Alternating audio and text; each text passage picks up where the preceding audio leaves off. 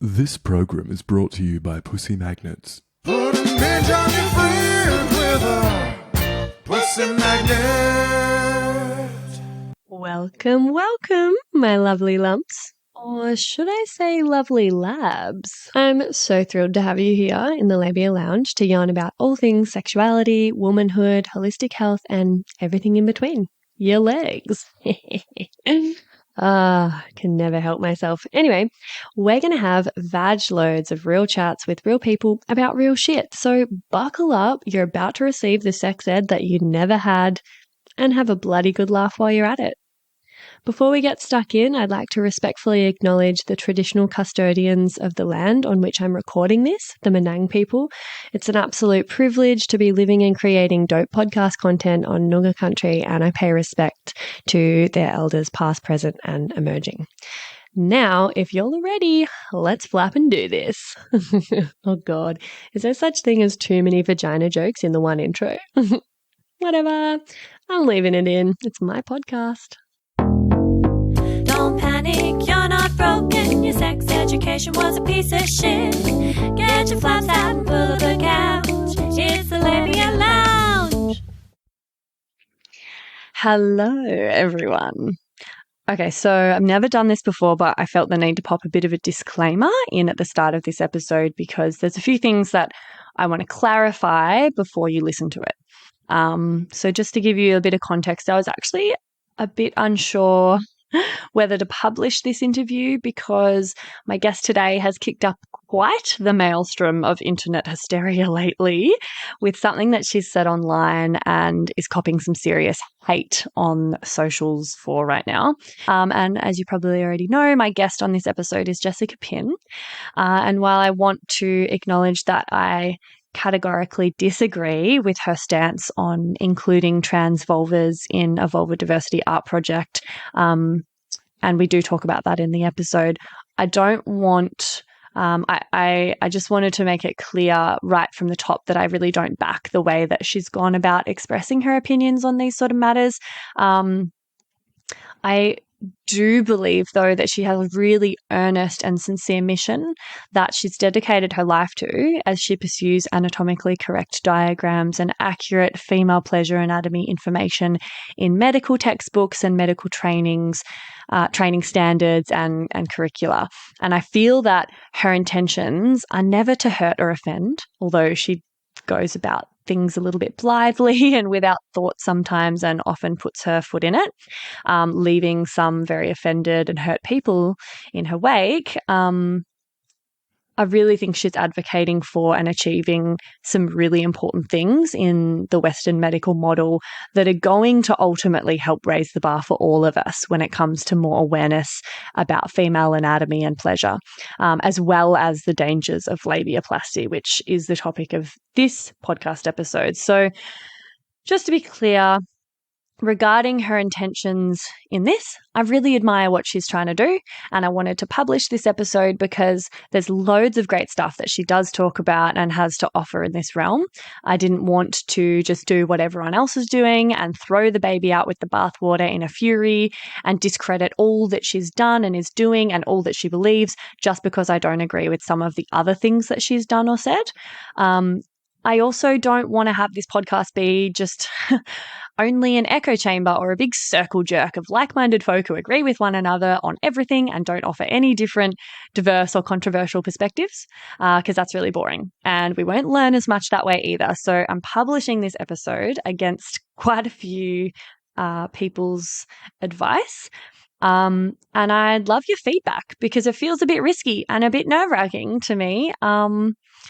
But I'm human and I'm always learning as well. And I strongly believe that this culture of cancelling and relentlessly attacking those who have made a mistake and destroying their careers, just directing pure hatred towards them without considering any nuances or making an effort. Like, people don't even make an effort to discover the real context of the situation.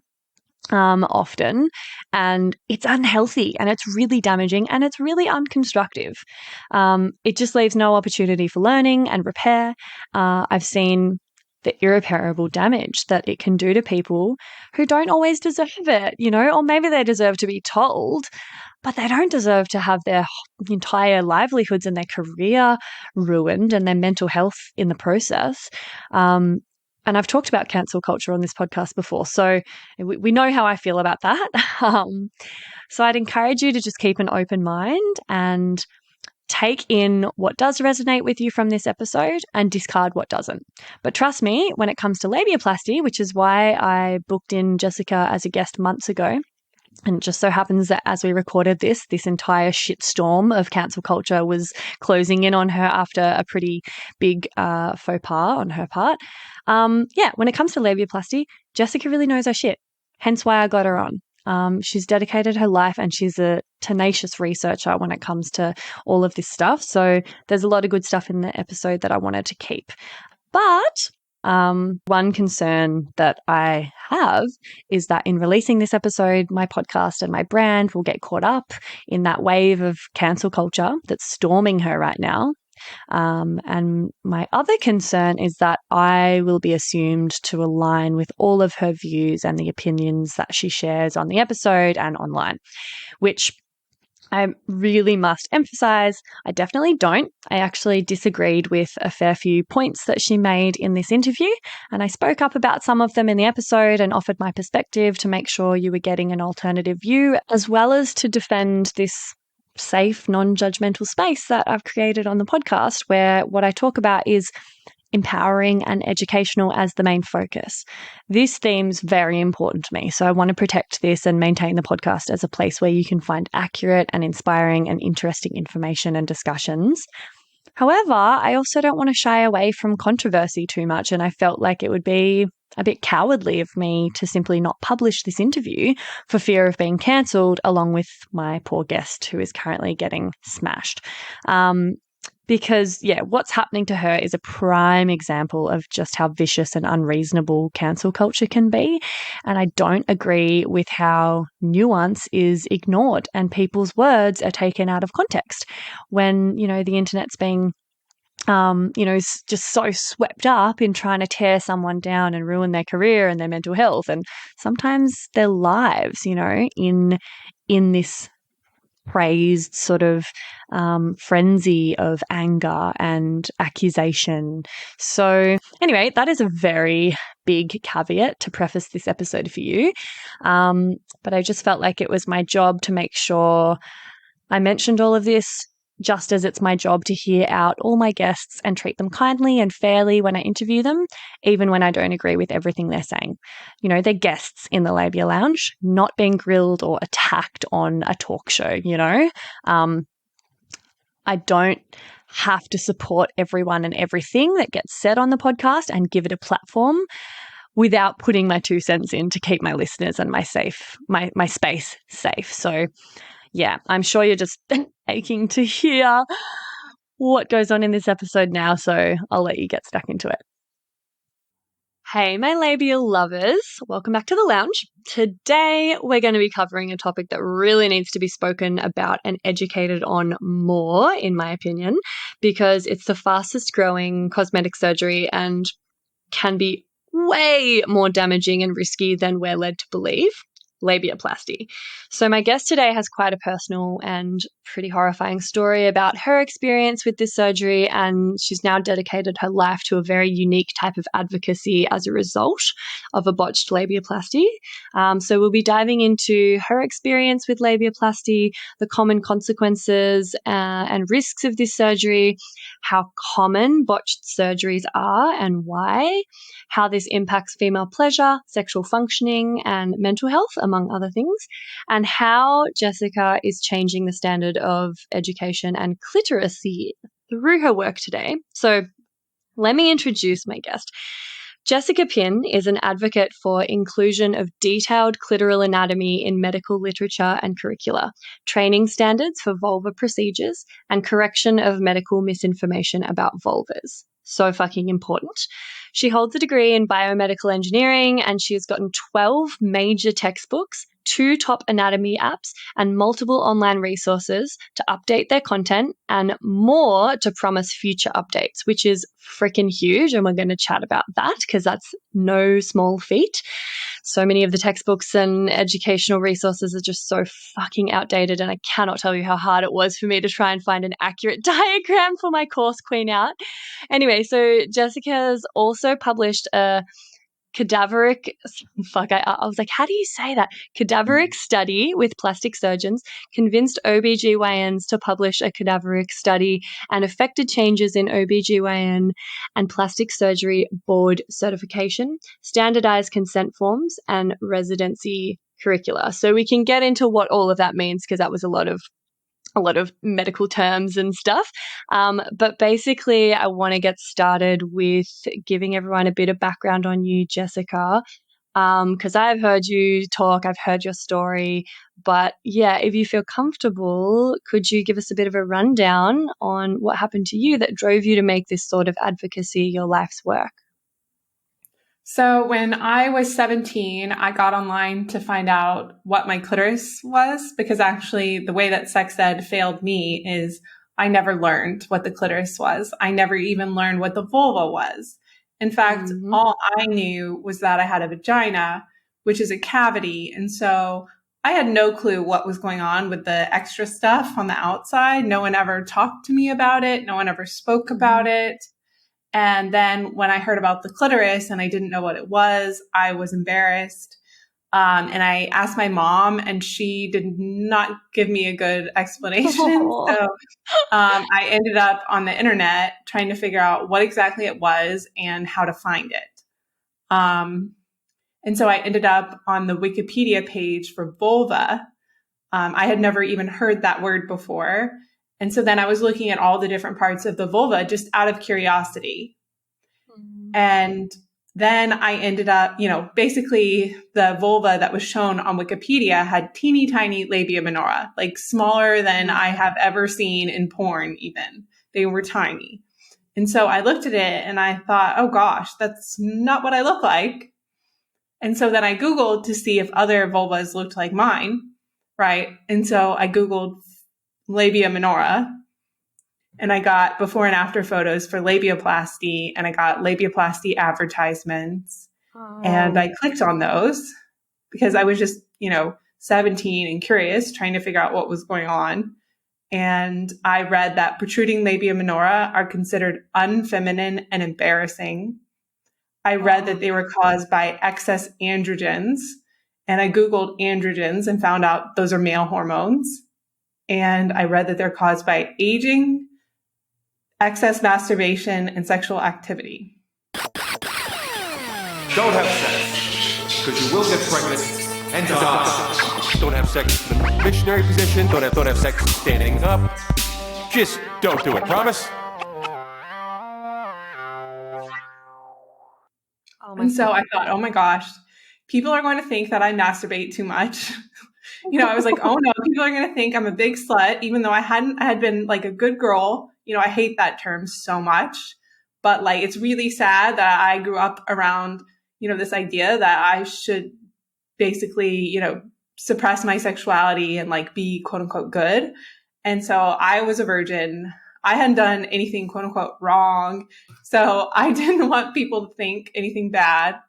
And so I just felt really ashamed. I also read that they cause pain during sex. And at 17, I thought, oh my gosh, if I have sex, it will hurt me. Like, I actually believed that because of what I read. And I just felt like that like I was deformed, basically, because to this day, doctors call protruding labia minora hypertrophy. And some of them have even tried to expand the term. One thing I was doing the other day is I was asking ChatGPT about, like what hypertrophy is. And at first it wouldn't give me a definition, but then eventually it admitted that half the female population has hypertrophy. Have you used ChatGPT? No, I literally only found out what it was the other day. I'm such a Luddite. Like, I'm not very tech savvy. and I had no idea. So, yeah, I've never used it. I wouldn't even know where to start. Like, I'm a bit of a dinosaur. Like, I barely know how to use apps on my phone, to be honest, which is tricky with owning your own business. I'm like always having to Google how to do the most basic things. But yeah, it sounds pretty incredible, kind of wild. Yeah, the only thing that I did like is ChatGPT did tell me that surgeons say rejuvenation to market labiaplasty. And so, Yep, nice. and so I was able to ask it. I was like, well, why do they say that if this isn't true?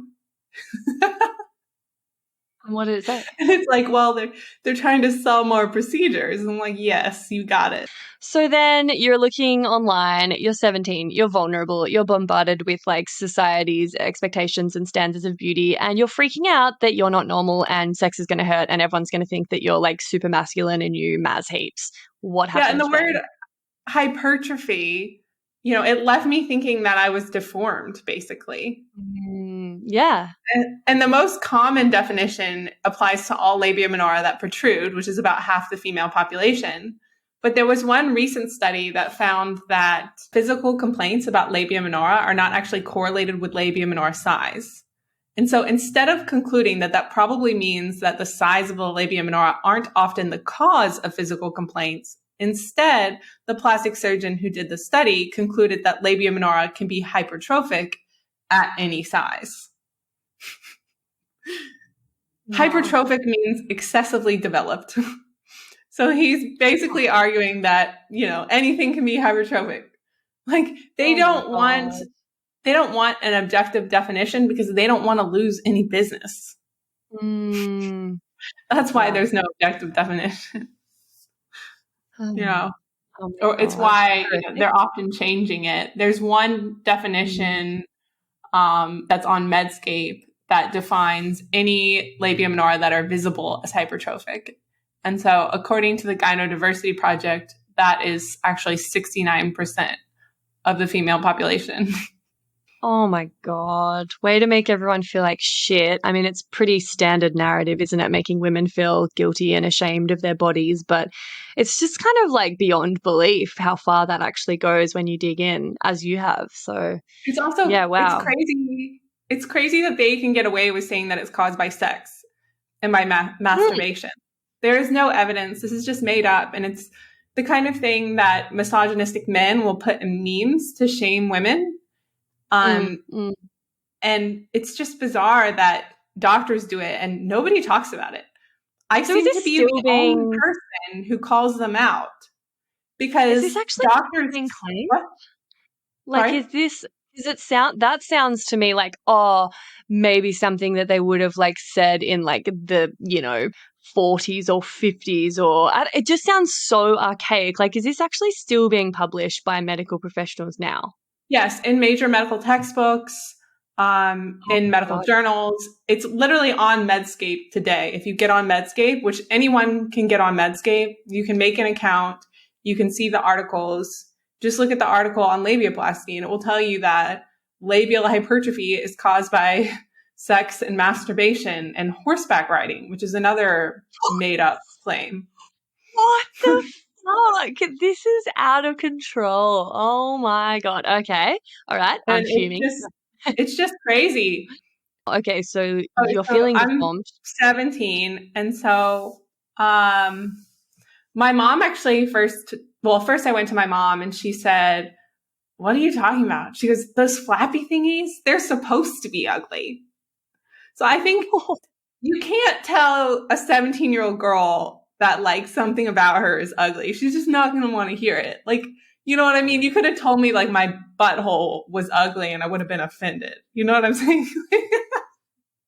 I didn't want to hear that. I didn't want to hear that I was ugly in any way. I was very vain. I think a lot of girls are.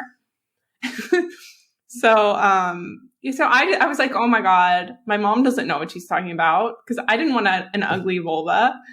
And I had been online and I'd been seeing all these examples of what was considered attractive versus unattractive, And so my mom took me to her OBGYN and I asked her OBGYN how I compared to other women. So I actually just wanted to know like what other women looked like compared to me. And she refused to tell me. She would not tell me what percentile I was in, which is actually what I asked because I was a little bit nerdy. When I asked her how many of her previous 10 patients had labia minora bigger than mine, she would not tell me. She just kept telling me I was normal, but she wouldn't define what that meant. So according to one study, 45% of women seeking labiaplasty have labia minora less than average. And according to interview studies, a lot of them will say, yes, I know I'm normal, but then they believe that they are somehow unusual or disfigured or ugly. Right? So the normal has become meaningless because it's applied to everybody. It doesn't mean anything. And it doesn't end up being reassuring to a lot of people, or at least to the people who end up seeking surgery. The interview studies show that it's not reassuring them because, maybe it's reassuring to some people. Anyway, I'm rambling. So after that, I still felt really ashamed and desperate. So I went to my dad and I told him I had pain riding my bike because it didn't feel like anybody was listening. And, I couldn't really get anyone to engage with my concern. And so, I said that. Now, someone could have suggested that I get a different bike seat. I also was not told any risks. And when I read the peer-reviewed medical literature published at the time, I read that there were no serious risks, that there were no major complications, that there was no risk to sexual function. In fact, there was this one patient education website called labiaplastysurgeon.com, I think, and I think it still exists. And it put no risk to sexual function in all caps. Oh, fuck me. And I remember being very worried about that, but I couldn't find anybody who said, because I tried really hard to find information on whether my sexual function could be affected. I also asked my doctor what the labia minora were for, and he just shrugged. So I got this idea that was just extra skin.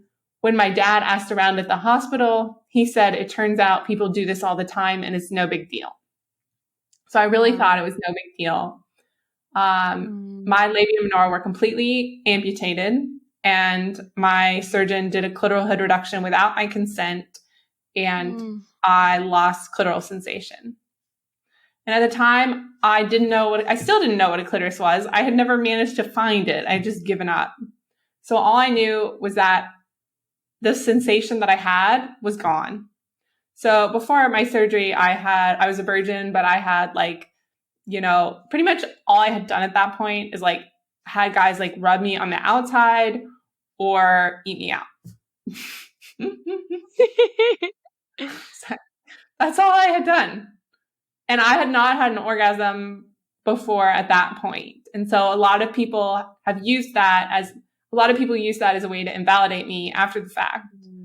But I had so much sensitivity, it would feel like I would be like, whoa, how are they doing this? You know what I'm saying? Which is why I was confused about because I did feel like my labia minora had a function. But when the doctors, part of the problem is doctors have so much authority, it's really hard to say, oh, the doctors must be wrong. Right. And I eventually did do that, but it took losing all this sensation that I had and being told that it didn't happen for me to be like, fuck you guys. Y'all don't know what you're talking about. No. Yeah.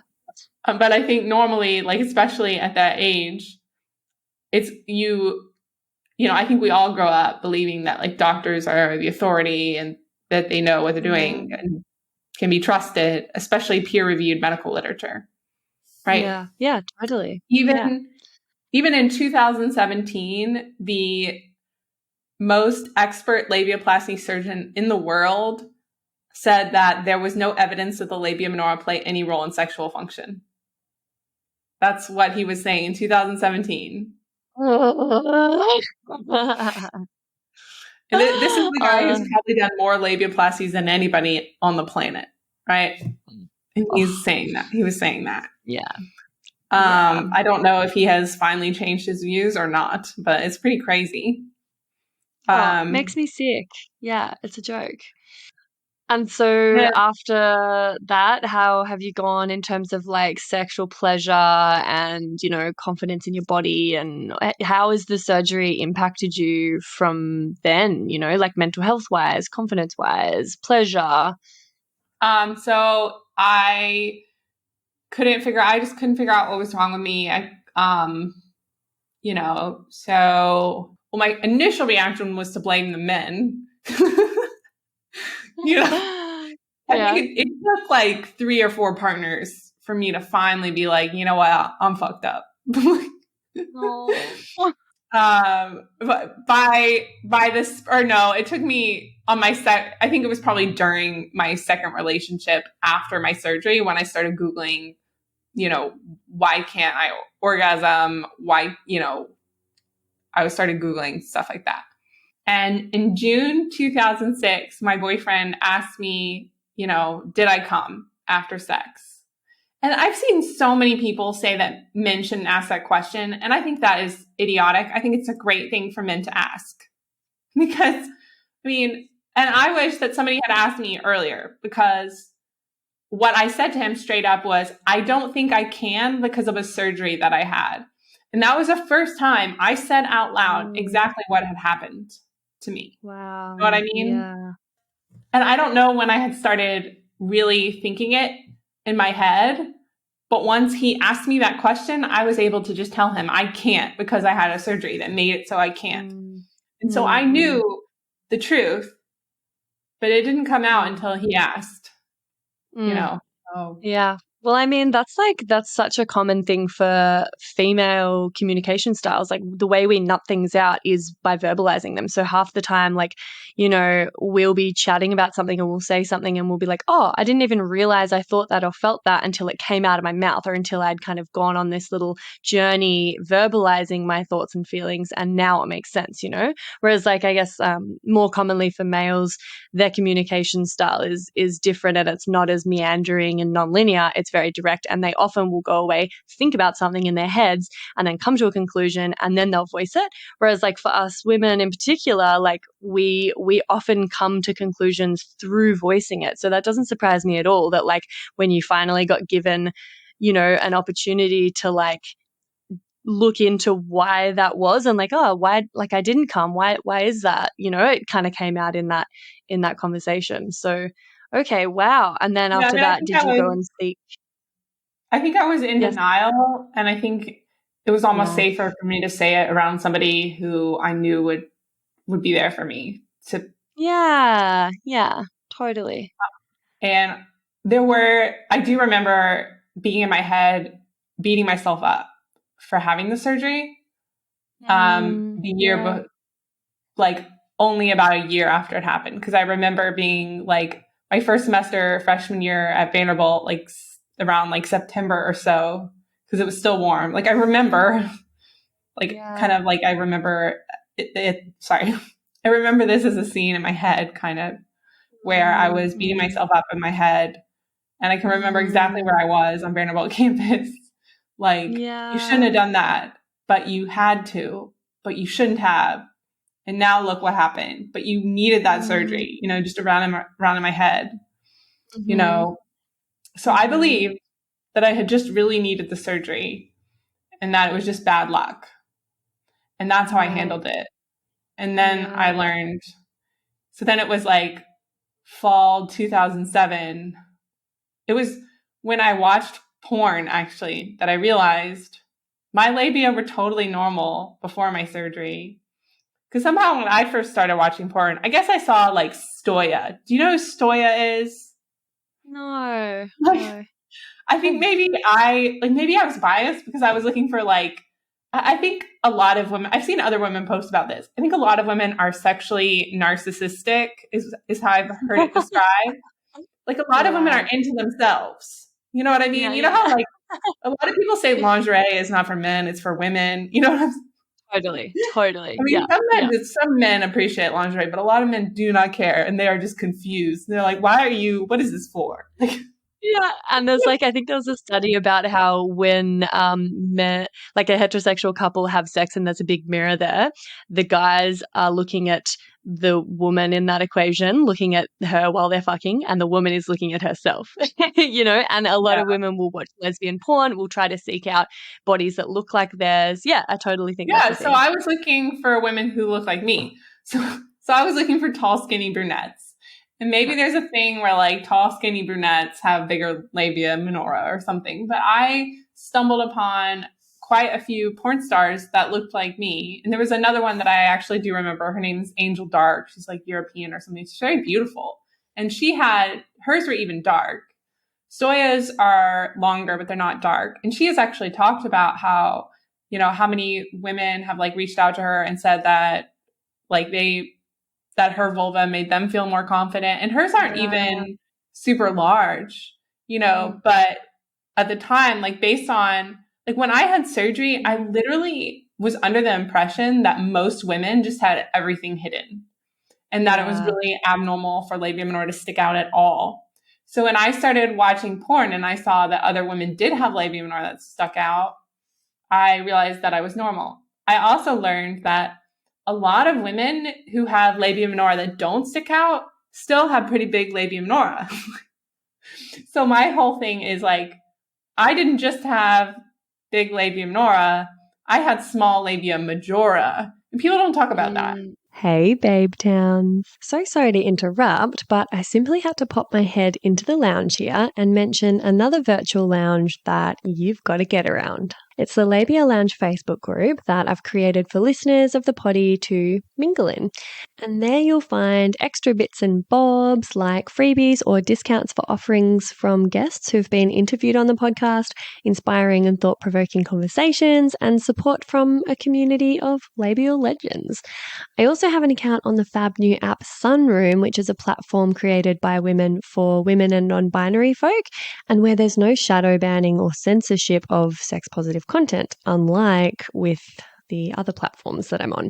So you can hit up my Sunroom for extra content and real and raw life updates, because I'll be sharing on there from now on all of the stuff that I can't post anywhere else. My vision for both of these is that they become really supportive, educational, and hilarious resources for you to have more access to me and a safe space to ask questions that you can't ask anywhere else. So head over to the links in the show notes and I'll hopefully see you in there. And now, back to the episode.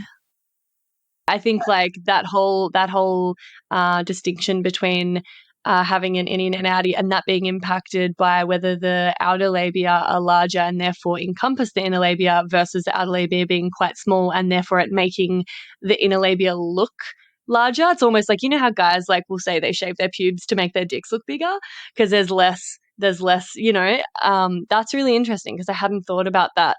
And so, yeah, you probably wouldn't have even had very large inner labia, but because your outer labia were small, it made them look larger, and therefore you made, that contrast made you feel like, oh my God, they're like massive.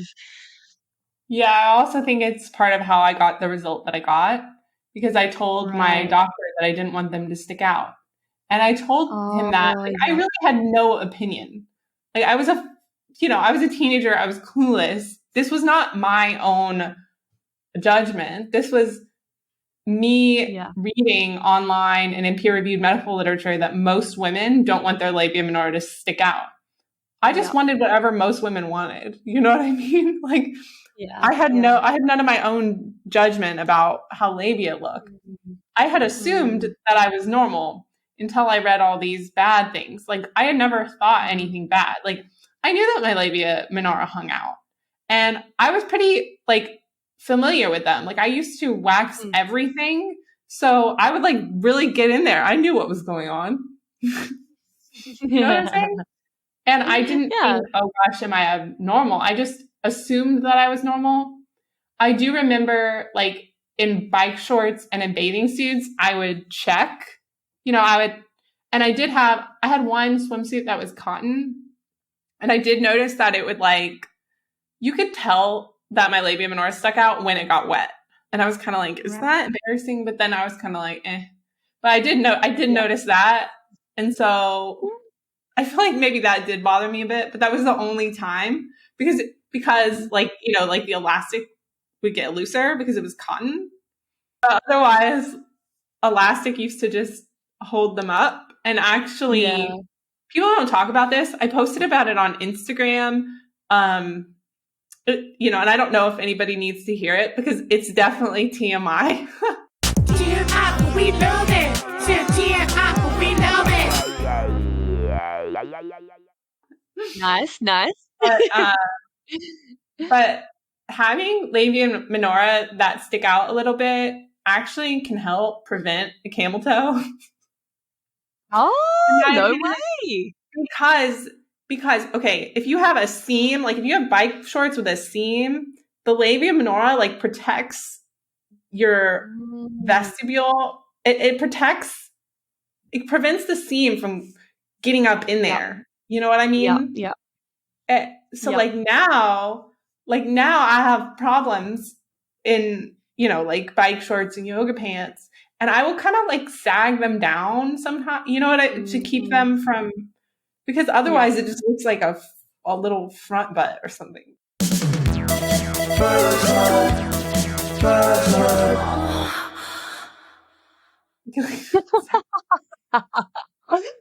So good. Oh my God. Fuck yeah.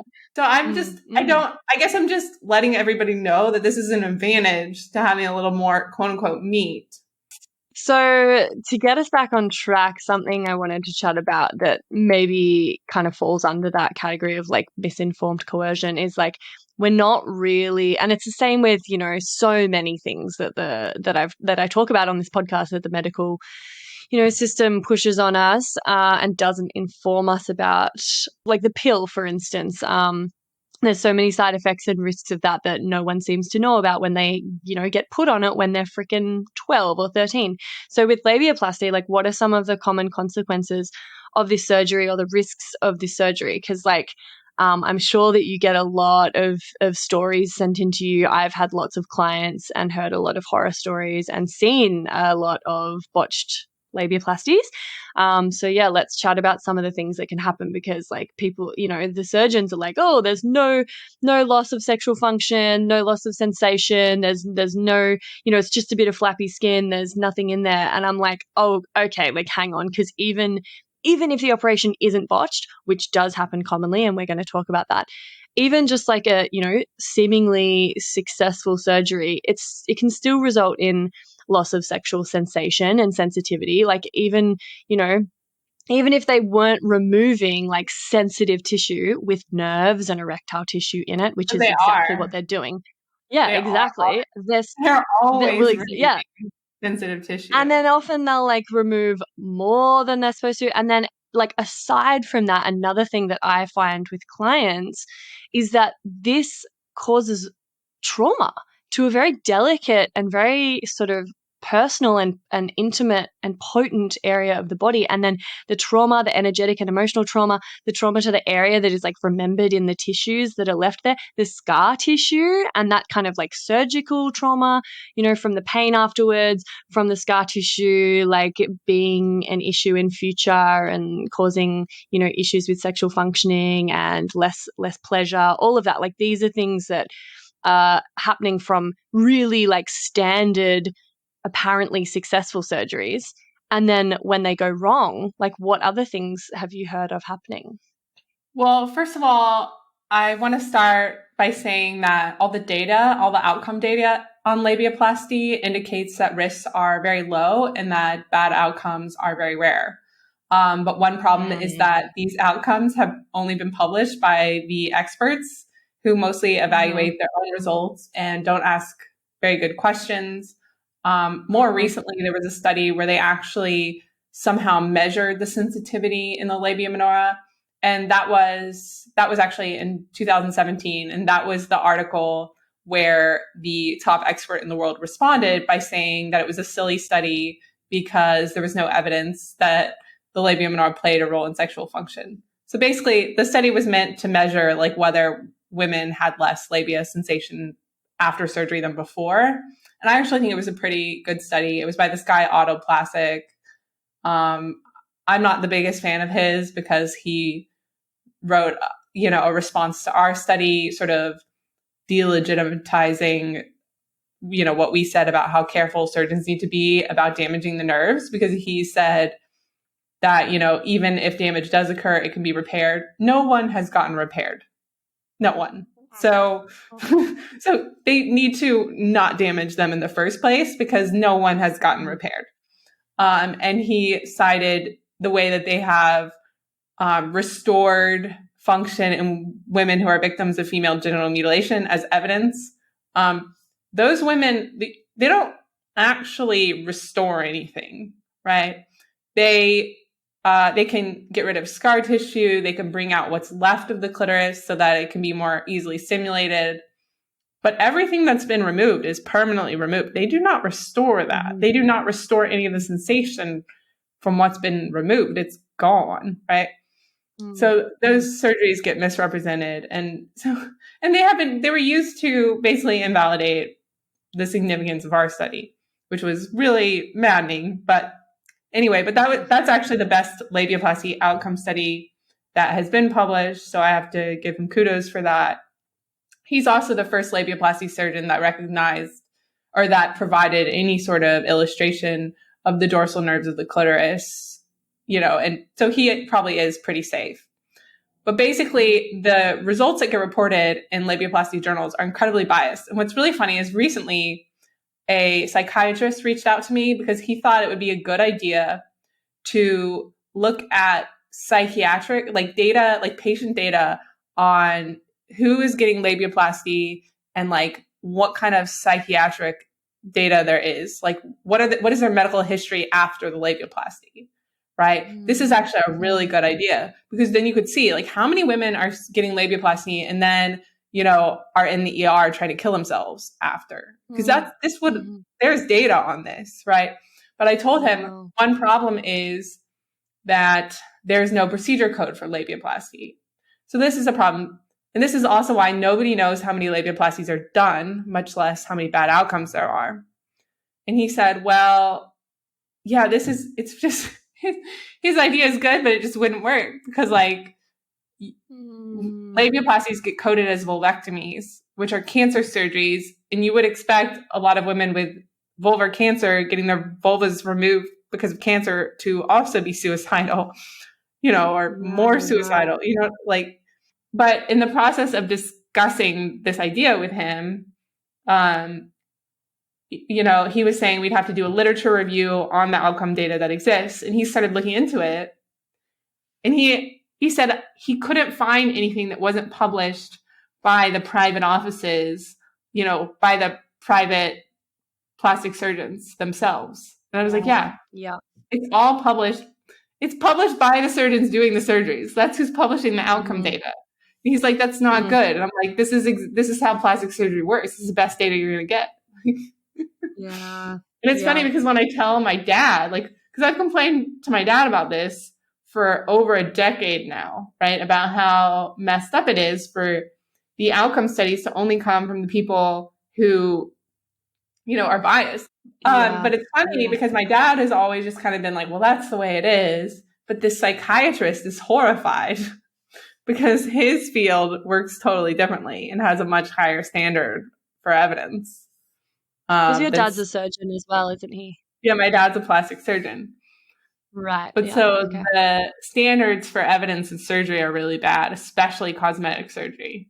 So all the evidence, or most of the evidence I have on what can go wrong is anecdotal. Because, for example, my outcome is not discussed in the literature. It does not exist in literature.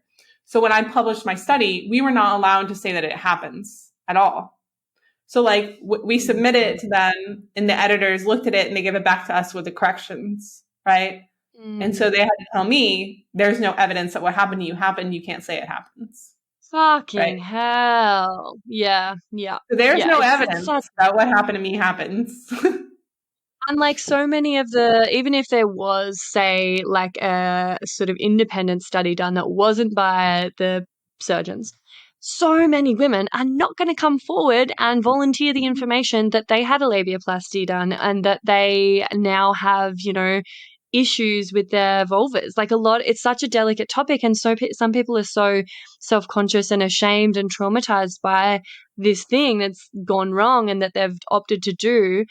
And that they're also probably afraid of victim blaming because, like, oh, well, you chose to get that surgery done. Like, you're the one that wanted to get That's what that my part of your doctor body. told me. Yeah. And I hear about this a lot. Like, I don't think it would be that easy to get accurate numbers and data on botched surgeries, or even just numbers on surgeries in general, because like a lot of people are not going to come forward and admit that they've had that done. And like a lot of labiaplasty operations are just done in doctors' offices under local anesthetic in like a non-certified operating room. So it just sounds to me like really unregulated.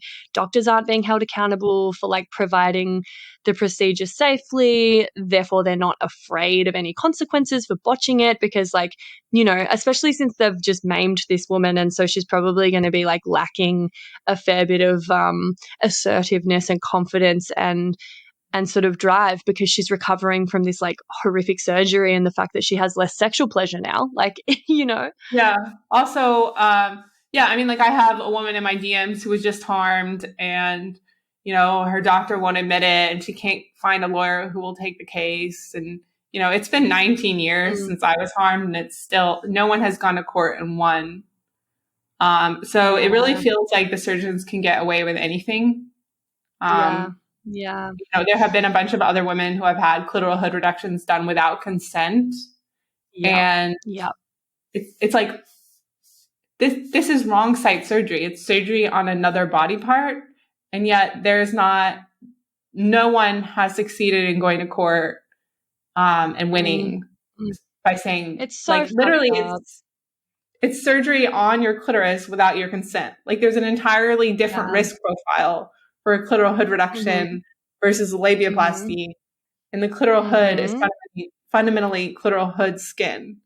But everybody just acts like, oh, it's about the same. It's the same, whatever. All of that's just a bunch of skin. It's kind of the approach.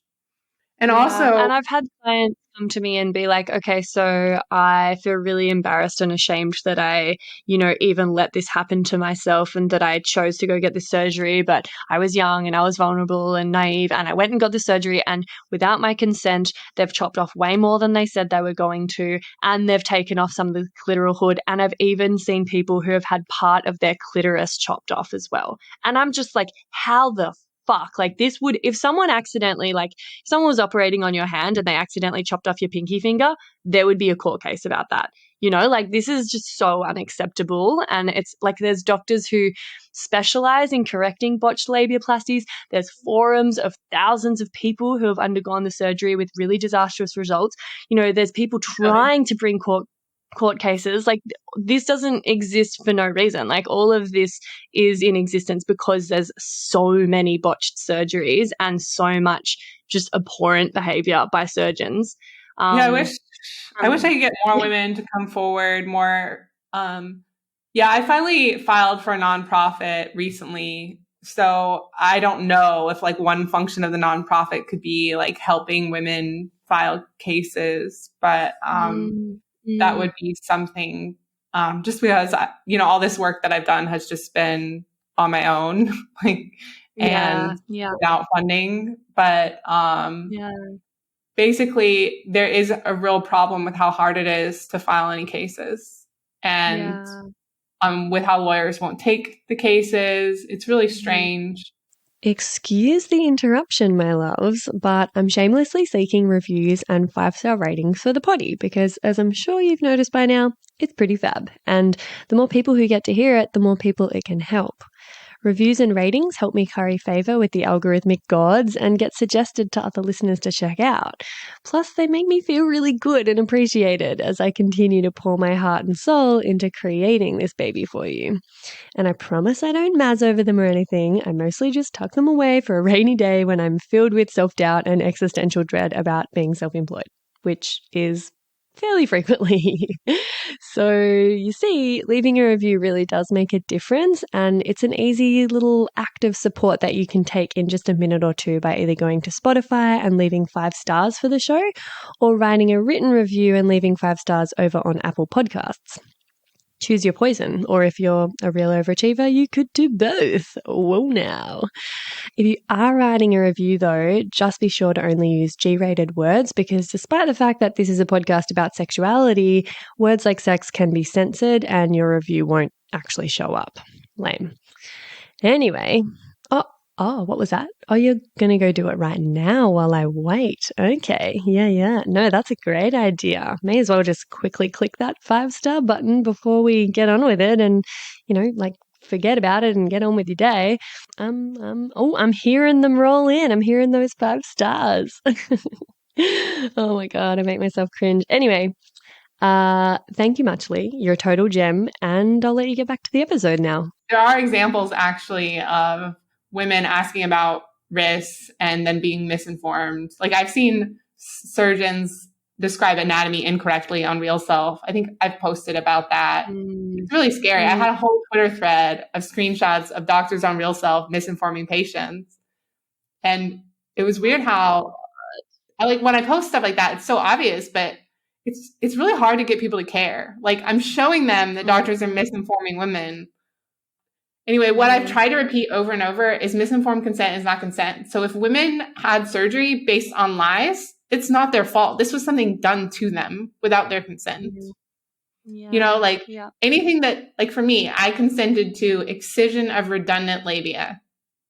And my doctor completely removed my labia and performed a clitoral head reduction without my consent. That was not with my consent. Not to mention, I was not told about any risks. All I was told is that all surgery carries risks. My consent form was fill in the blank. So it was just it could have been used for any surgery. I just signed all of surgery carries risks. My doctor didn't talk to me about any risks.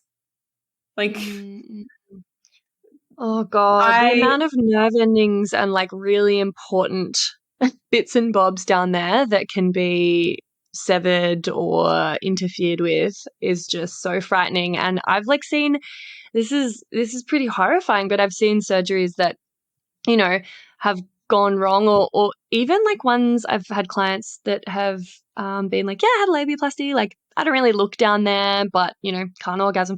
And yeah, it's just mortifying because it's clearly impacting them in all sorts of ways that they weren't told about. And all of these doctors are completely denying that there's any wrongdoing, that there's any risk, any damage done when people speak up about it. I've heard people say they've tried to kind of go back and be excuse me, this isn't right. And they've been gaslit, they've been bullied, they've been intimidated, by these medical professionals. And so then they don't even get to the point where they're trying to get a court case happening, or they can't even get to that point because they're gaslit and they're bullied. And it's already such a sensitive topic and they're wounded, they're traumatized. Yeah, so I try to share stories on my page anonymously. I don't know, if any of your clients would ever be willing, but I feel like it really helps raise awareness. That's the only thing I know how to do. And I obviously don't share whose stories. Yeah. It's good to spread awareness, definitely. And I think would help people feel less alone in their own experience and their story if they were reading other people that have gone through a similar thing. Yeah, especially because for me, I looked into the literature and I could see all the risk factors. So I could see that the way that training standards were set up was basically the perfect storm for these surgeries to go badly, right? I could see surgeons were doing surgeries that weren't trained to do on anatomy they didn't know, right? I could see, these surgeons had no clue about, the function of the labia minora. They had never even thought about the biomechanics of the vulva, basically, is what I say, how the labia minora facilitate clitoral stimulation during intercourse. Nobody really talks about that, but I think that's a real thing that happens. Yep. And just the way so many of these surgeons didn't acknowledge any function of the labia minora, just completely ignored where nerves were right under the clitoral hood. They just completely ignored them. So I could see how all of this was basically predictive of bad outcomes. Also, they actually instruct surgeons to perform labiaplasty in a way that makes complete amputation likely. Like there are so many ways, like if you look at instructions for how to do labiaplasty in medical journals and in medical textbooks, often the instructions will be dangerous. Like for example, on Up to Date, they tell surgeons to mark the labia minora while they're under tension. And that's how outcomes like mine happen, where the labia minora are completely removed. And I had my dad, who was a plastic surgeon, write to the OBGYN who wrote that article and say like, hey, like maybe don't tell people to do it this way. And she would not change it. And the woman in the example, it wasn't a woman, it was a 15-year-old. Like it just fucked up. Like, they had a 15-year-old with totally normal sized labia minora as the example, and they were marking her labia under tension, which is how complete amputation happens by accident. Yeah. I don't know if there are training standards now. I know when I crashed the ACOG annual meeting in 2018, one OBGYN told me, I know everybody is doing these and I know they're not trained. Wow. And another OBGYN told me women just shouldn't be getting those surgeries. And I said, well, what about women who need them for medical reasons? And she said, well, we have more important things to worry about. Because basically I was asking why there are no training standards for labiaplasty. Like, so OBGYNs are not trained to do them in residency. And at that time, there was no continuing medical education for labiaplasty. Since I started my advocacy, they did add some kind of online CME, but that's still not, like an online course isn't the best way to learn how to do surgery. It's better than nothing. Yeah. Oh my God. And I think like one of the reasons why these surgeries are so often botched and, like they don't seem to understand just how risky it is to start snipping away in such an innovated area is that like there just isn't proper sort of anatomy like knowledge of female anatomy and pleasure and anatomy in females. And this is kind of like where your work. Yeah, it's unbelievable. So these people, these surgeons, these doctors are like totally misinformed. They have nowhere near as much specific education on this part of the body as they should. And then they're kind of hacking away. And that's why it's so important what you're trying to do in getting proper anatomically correct diagrams and information into textbooks and into the trainings now, right? Like so that there's less risk of these doctors and surgeons totally butchering this super delicate area. Yeah, it's weird how there's just so much ignorance of vulvar anatomy, and it's almost like people avoid it. Like people avoid paying any attention to the anatomy of the vulva. So pretty much all mid-sagittal plane illustrations of the female pelvis are incorrect. And so, one thing I got in trouble for last year, I think it was last year, maybe it was the year before, it was quite a while ago. I got in trouble for pointing out that a viral illustration of a female pelvis looked like female genital mutilation. And I offended a lot of people because the illustration went viral because it had black skin and it was supposed to be raising awareness about the need for representation. And being me, I am singularly focused on the vulva and clitoris. And so I had to point out that it looked like female genital mutilation. And I was disturbed that none of the doctors who were sharing it and talking about how great it was said anything. And that illustrator admitted that he censored the external female genitals to prevent embarrassment. Right. So he admitted it. Oh my God. But like nobody was bothered. Like he literally just showed everything as if it had been cut off. Oh God. Anyway, this got brought up again last week because people were hating on me again. I don't know if I should talk about that now. Yeah, you're welcome to. So there really is a theme of ignorance about what vulvas look like in medicine and in society. And there is just this avoidance of vulvas. And there are all these ideas that vulvas should basically be invisible. And so I do think it's interesting that, so labiaplasty surgeons will claim that protruding labia minora are unfeminine and embarrassing. So basically, there was this vulva cast video, and I feel bad because the artist was upset. But, anyway, I liked the video. I used it for a thread where I said, when I was 17, I was misled into thinking that protruding labia minora were unfeminine and embarrassing. But like now that I look at all these casts, like I think that the protruding labia minora are beautiful. And I just meant to talk about my experience. But then I reached out to the artist and I asked her whether any of the women had undergone female genital mutilation, because I kind of did a double take on the video and was like, what's going on? And she said, no, but there are trans vulvas. Though I'm not sure. Anyway, I've gotten in so much trouble with her. I don't even think she'll speak to me. But I identified that one vulva was trans, who was confirmed trans. Anyway, this is like a really insensitive thing to do. And I said, I didn't think that trans women or women who had undergone female genital mutilation should be included in a vulva diversity project, because I think the point of a vulva diversity project is to spread awareness about what natural vulvas look like, because that's what people don't know about. But, I'm not the artist. It's not my art. Like if I were making a project to raise awareness about normal female anatomy, I would not include surgically altered or surgically created anatomy. But that would be my own project.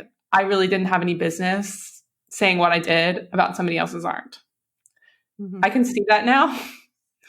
At the time, I was just thinking from the perspective of like what I would have wanted when I was 17 years old and I didn't know what was out there.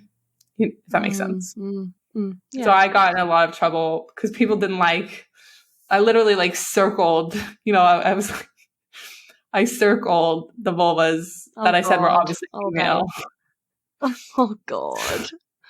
Oh my God. No wonder you're copying hate, babe. But yeah, I do think there is something to be said about how when surgeons create, these pseudo vulvas, they consistently go for that quote unquote Barbie appearance. And I actually have a follower who is trans and we get along very well. And maybe it's because we're both like little borderline Asperger's.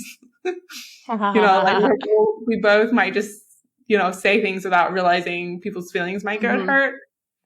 Because that's the thing. I'm not trying to hurt anyone when I post stuff like that. Like some people were like, you were trying to hurt our feelings. I'm like, literally just did not think about your feelings, which I know, that's not great. It's not a great answer, but, oh God. Yeah. What a shit show. Hey, that must be super hectic. Cause I feel like, with cancel culture and with the internet and everything, it is so easy to misstep and then just have the absolute wrath of the internet come down on you. And I feel like, yeah, of course, that was an insensitive thing to do. I don't necessarily agree that, I feel like vulva diversity, I get where you're coming from in terms of, it would be more helpful to young women who are looking to find, natural vulvas that look like theirs to have only, born female vulvas there. But I also totally back the artist including all sorts of diversity in the trans vulvas and things like that. I think that's great. So we have a difference in opinion there, but I also understand where you're coming from. But I just don't think it's helpful the way, and this is a completely other topic, but I don't think it's helpful how when people do fuck up and make a mistake and maybe do something insensitive or they haven't thought about how it might impact others and it's not coming from a place of animosity or trying to do deliberate harm, they get so much anger directed at them, which isn't making it a teachable moment. It's making it let's cancel you and completely ruin your life and make your mental health shit and just be super, super horrible and angry. And that's not that's not very constructive either. So I kind of, I totally see how this situation would because just then be they incredibly dig up hard. everything. They dig up everything Yeah. wrong I've done in like the past Yeah. 5 years. Yeah, yuck. Such a And shit situation to be in. Like, just be like, hey, babe, and maybe you didn't realize or didn't think this, but like, that's not okay to say that, or like, this is really harmful to this group of people, so maybe you need to consider how that would come off. Like, I wish that people were a little bit more ready to correct us in a gentle and loving way that's an opportunity to learn and better ourselves, rather than coming at you with just every bit of vitriol that they can muster. And I feel like, especially since internet culture has become a thing, that's kind of people's default.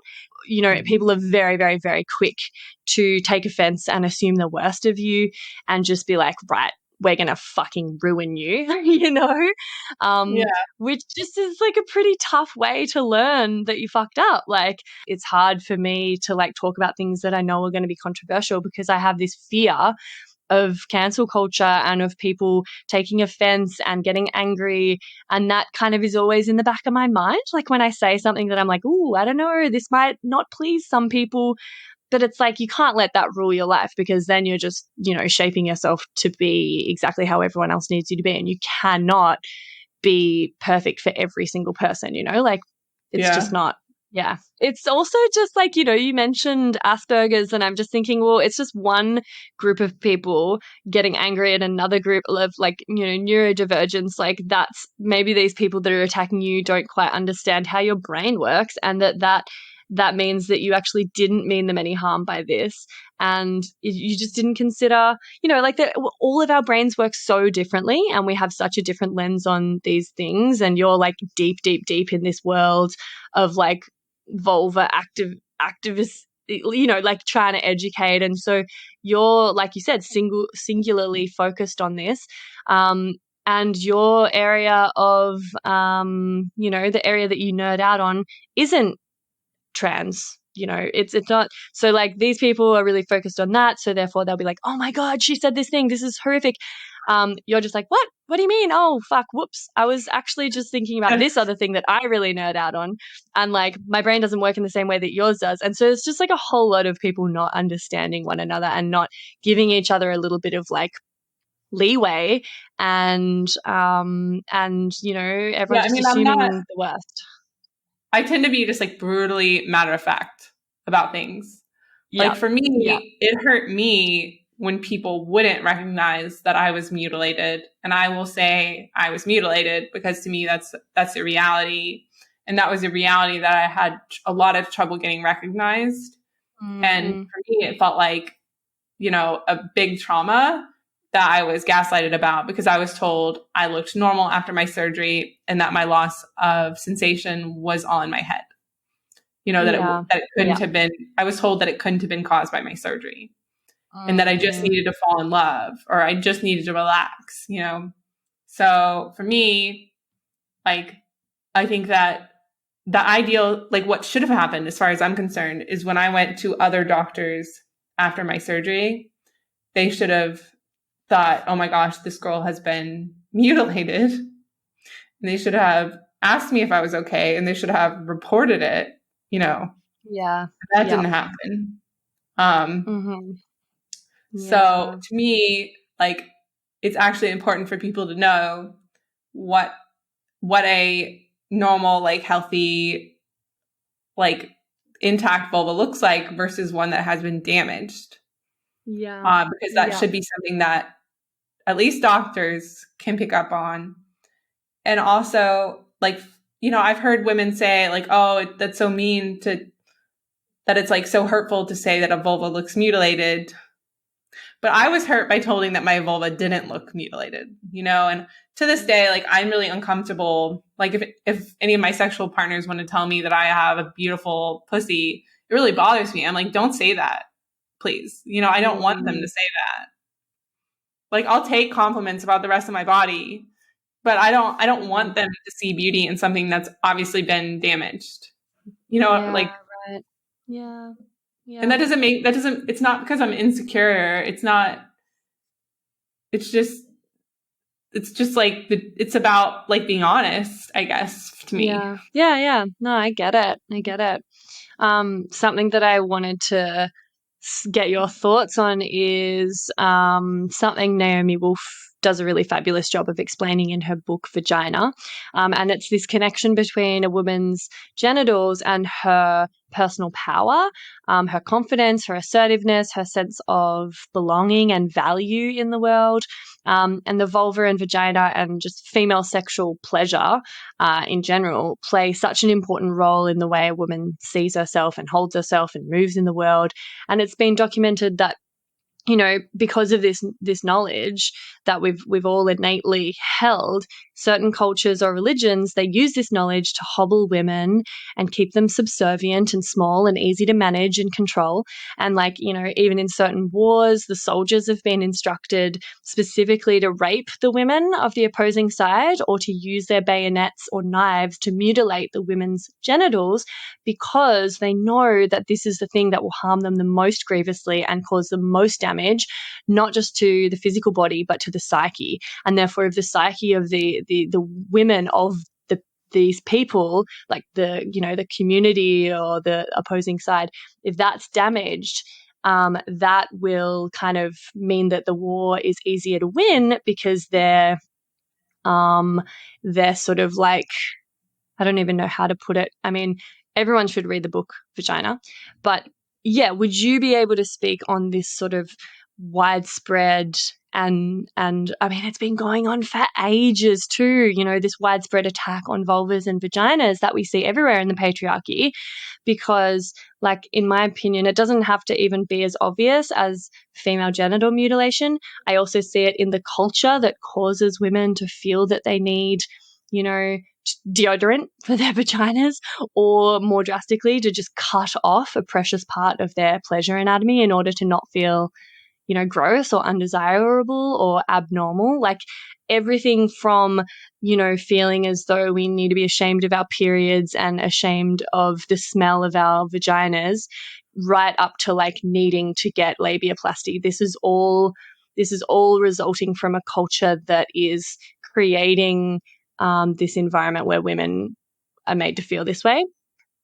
I wanted to kind of get your thoughts on that, and the fact that actually serves the patriarchy to like attack vaginas and vulvas, because it creates like less confidence and less personal power in women. I guess if I can have a good orgasm, I usually feel better. And that is hard for me. And so then, you know, there's sometimes a struggle, like if I can't, and then I feel sad or frustrated with what happened to me instead of energized. Like if I'm, you know, like being able to have a good orgasm can be energizing. And so that's like a form of power that I may struggle to get because of what happened to me. I don't know, like that's really uncomfortable for me to admit for myself. But I do think, as far as why female genitals are attacked, why, you know, female sexuality is suppressed, you know, why we call vulvas vaginas, why everything is, you know, sex is defined around male pleasure, why the clitoris has been censored, you know, all these different patterns, why female genital mutilation happens. This is because, you know, even Steven Pinker says, you know, the whole impetus for misogyny and patriarchy is to control female sexuality.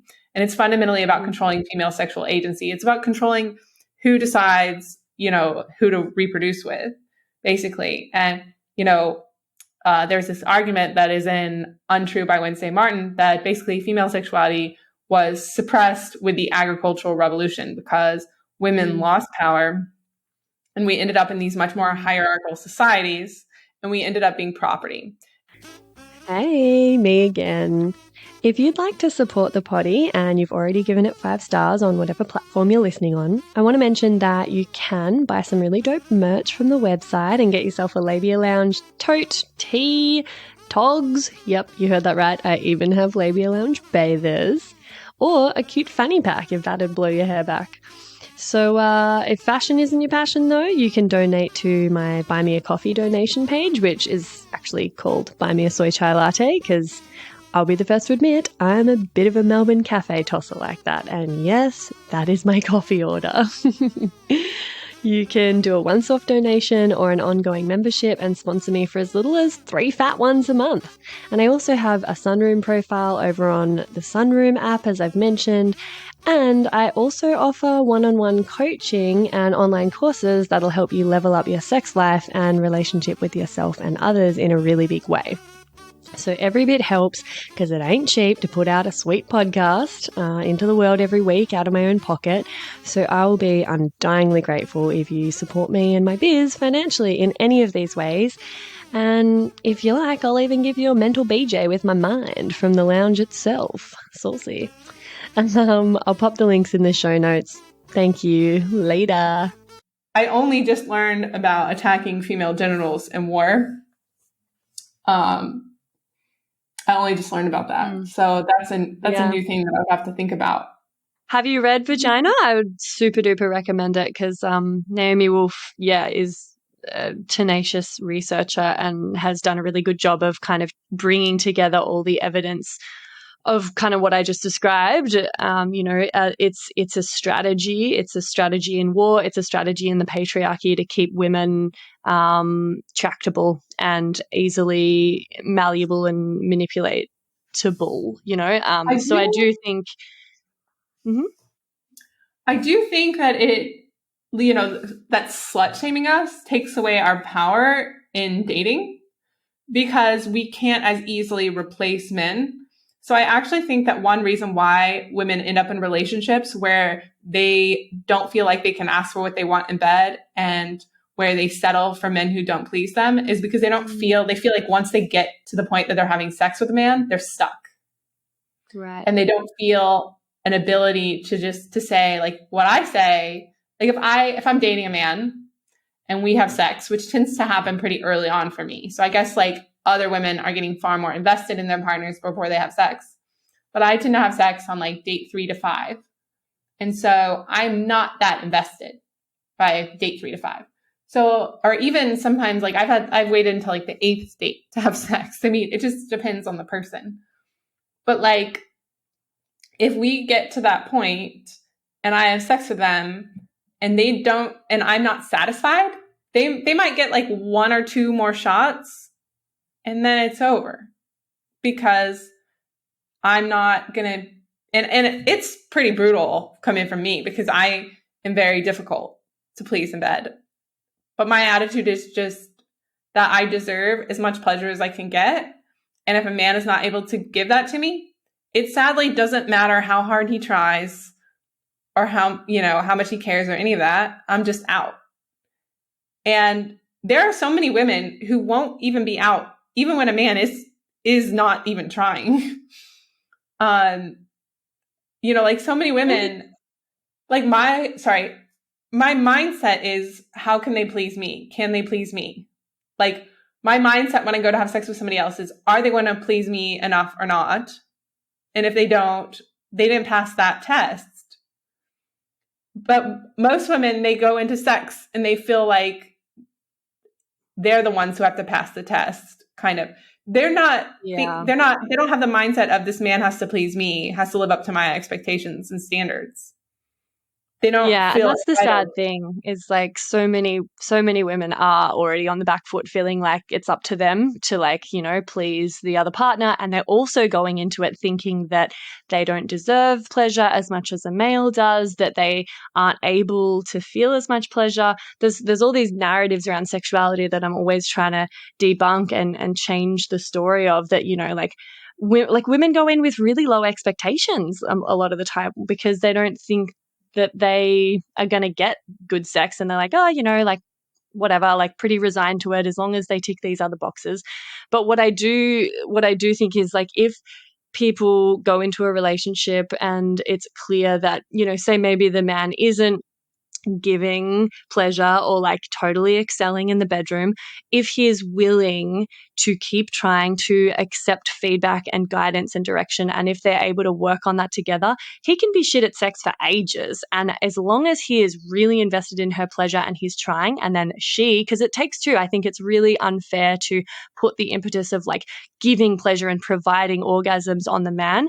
It's like the woman needs to also know her body. She also needs to self-pleasure and be able to give herself pleasure, and therefore direct the guy and give him guidance and really like valuable feedback and information on how best to please her. And I think if they've got that piece down and they're communicating and they're committed, they're invested in one another's pleasure, even if they're not great at sex together in the beginning, and even if he's not able to give her pleasure for a while, it doesn't matter because they've got the tools to make that happen in the future. So I think like I've probably got a really different approach to you in that I'm a lot more lenient on, guys who can't give me pleasure straight away, as long as they actually want to and they're willing to work with me on that. If they're like, oh, like not invested in my pleasure, or they don't care, or they're like, oh, but that worked on my last girlfriend, or like other women like that, what's wrong with you? You must be broken. Or they just see sex as a way that they can get off and they use you as basically like a cum sleeve. Fuck that. I'm out of there. That's a red flag. But I think if they're really willing and they care and they try, and if you're, owning your responsibility for your own pleasure and you're like giving them really good info on how they can get better at fucking you and loving you, then like, yeah, that's where the juice is at. So, but I think we've gone like way off track. I've just noticed the time, and I just want to like steer us back before we wrap up to labiaplasty. And like, are there any other words of wisdom or reassurance or info, or like any last sort of parting gift that you'd like to give the listeners and leave them with? Perhaps something that you wish that you had known when you were younger, perhaps a resource that might be really helpful, or just something that we haven't covered that you want to mention?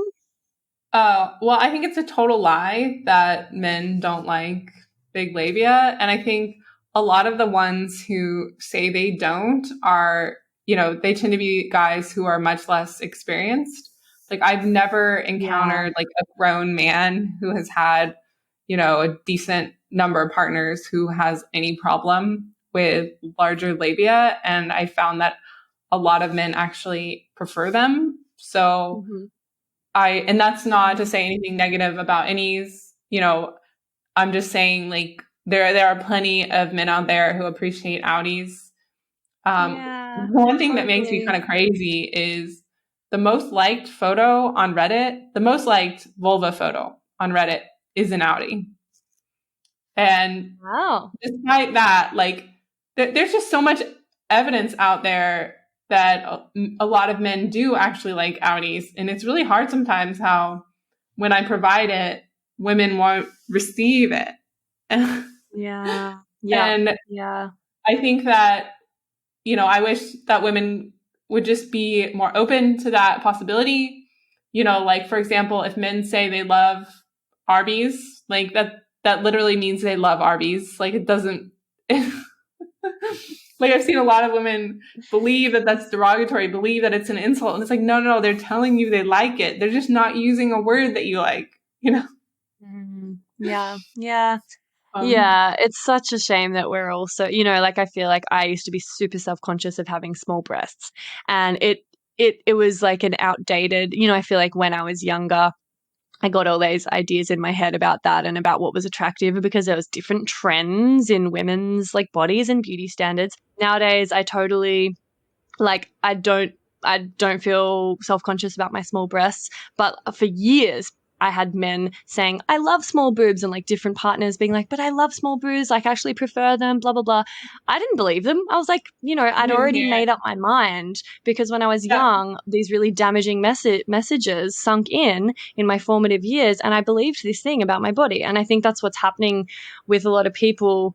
And that's why, even when people say, oh, like I love outies, a lot of women are not going to believe them at first or maybe ever because they've already digested and like accepted this reality that they think is the truth, which is that like no men like outies and they're gross and they're unappealing or they're undesirable or whatever. So it's just so sad. And I think it's important to keep reiterating, like I love that was your message to people to end on, is like lots of people love bigger inner labia, like, and there's different strokes for different folks. And, you know, and also like if someone's going to love you and feel attracted to you, most of that is going to be based on your personality, your energy, you know, a million other factors before it's based on your physical body. And I would say if someone is basing their love or their affections or their attraction purely on your physical body and what your labia look like, red flag, fuck them right off.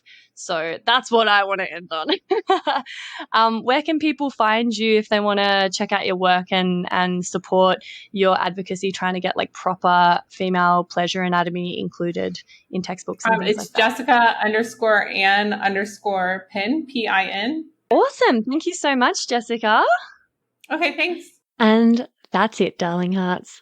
Thank you for stopping by the Labia Lounge. Your bum groove in the couch will be right where you left it, just waiting for you to sink back in for some more double L action next time. And in the meantime, if you'd be a dear and subscribe, share this episode, or leave a review on iTunes, then you can pat yourself on the snatch, because that, my dear, is a downright act of sex-positive feminist activism. And you'd be supporting my vision to educate, empower, demystify, and destigmatize with this here podcast.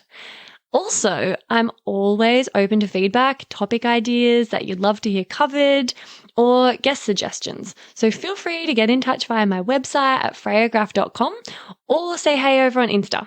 My handle is Freya_graph_YMT, and I seriously hope you're following me on there, because damn, we have fun. We have fun. Anyway, later labial legends. I'll see you next time.